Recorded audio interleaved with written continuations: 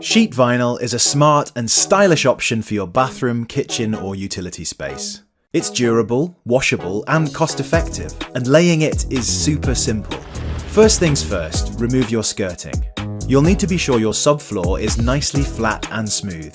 So lay plywood over the floor as a base. Covering the whole area will create a great foundation. You'll need to measure your space, calculate the meters squared, and make sure not to forget any doorways or your vinyl won't reach all the edges. When measuring, always add a 75mm safety border onto the edge, as this will cover any trimming you have to do later. Now it's time for the main event. Roll the entire vinyl out in the room at least 24 hours before laying it to allow it to acclimatise. Slide it into position and roll the excess evenly up the wall. Now this is where we trim it back. First of all, grab your safety gear.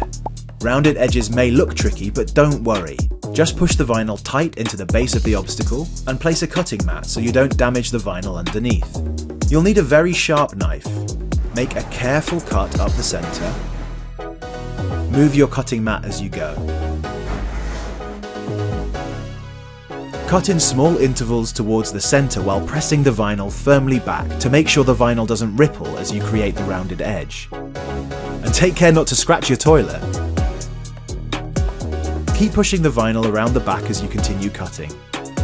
Then simply go around the edge and remove the excess. Perfect! For getting neatly around pipes such as for radiators, cut down the direction of the pipe on your cutting mat and push the vinyl down around it. Then cut off any excess around the pipe to finish.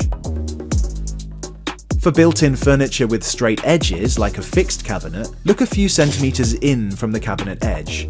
Then mark and score your vinyl, pushing it down into place and cutting along the mark you made.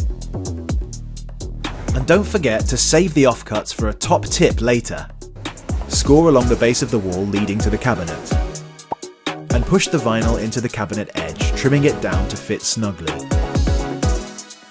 For doorways, grab that offcut from earlier. Using the offcut as a measurement for height, trim the bottom of the architrave. You can use a saw, but a multi-tool is much easier. Cut your vinyl in line with the doorway and simply push down into place. For getting into those tricky corners, there's two methods.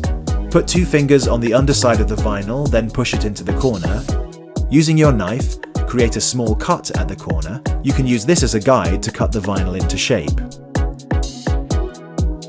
Push firmly into the edges and corner, then simply cut the rest of it tightly along the wall for a perfect fit. Or, for a different method, use a piece of cardboard, plywood, or underlay offcut with double-sided tape. Pop it in the corner and lay your vinyl down. Then peel back to reveal your perfect template for cutting. You can also use a straight edge cutter for those long straight edges. Just place against the wall and slide along, creating a perfect cut. So, now it's all cut to size, let's stick it down. Start by rolling your sheet vinyl back to one side and choose the method to suit you. Your first option is glue. This method is great for covering a large area and ensuring a strong bond. Spread it out evenly and smooth out your sheet from the center to the edges to avoid getting those annoying air bubbles. Spray adhesive is fast and efficient. Make sure the room is well ventilated and you're wearing a mask and goggles before spraying the floor and the underside of the vinyl to create a strong adhesive connection. Then just roll on your vinyl and smooth it out. Using double-sided tape is super easy.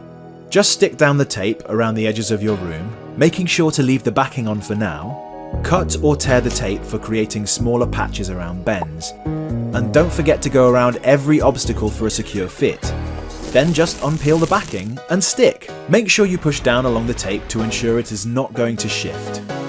Now the vinyl is laid. You just need the finishing touches. Time to pop your skirting back on. And for keeping water out, especially in bathrooms, use a waterproof sealant around edges and obstacles, finishing sealed areas off with a smoothing tool.